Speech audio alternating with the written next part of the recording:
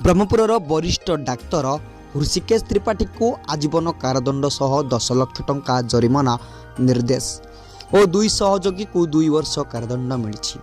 गंजाम जिला एडीजे 3 अदालतर विचारपति राजकुमार दास यही राय देछथि। सूचनायोग्य जे 2018 सेप्टेम्बर मास 4 तारिख त्रिकोणीय प्रेम को नहीं जड़े बीमा एजेंट विष्णु गौड़ को निज क्लिनिक भितर निशा इंजेक्शन दे बेहोश करने पर खंड खंड करी काटी हत्या करथिले।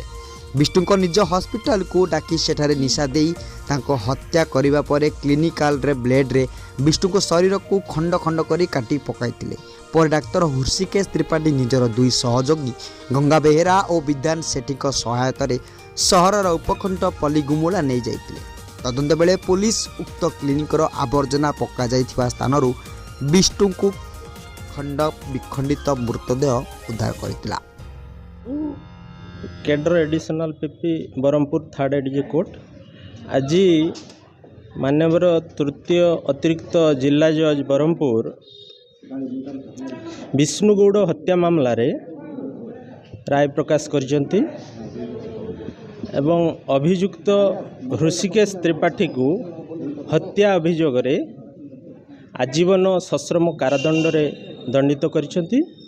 दंड देवार आदेश दैछंती एवं 10 लाख टंका जरिमाना देवाई आदेश देइचंती।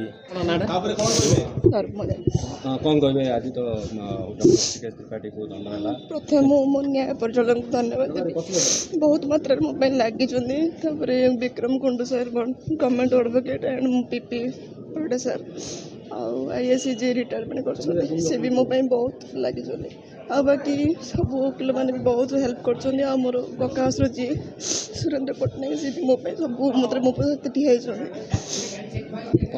ब्रह्मपुर एन राजेंद्र का रिपोर्ट दिग्दर्शन न्यूज।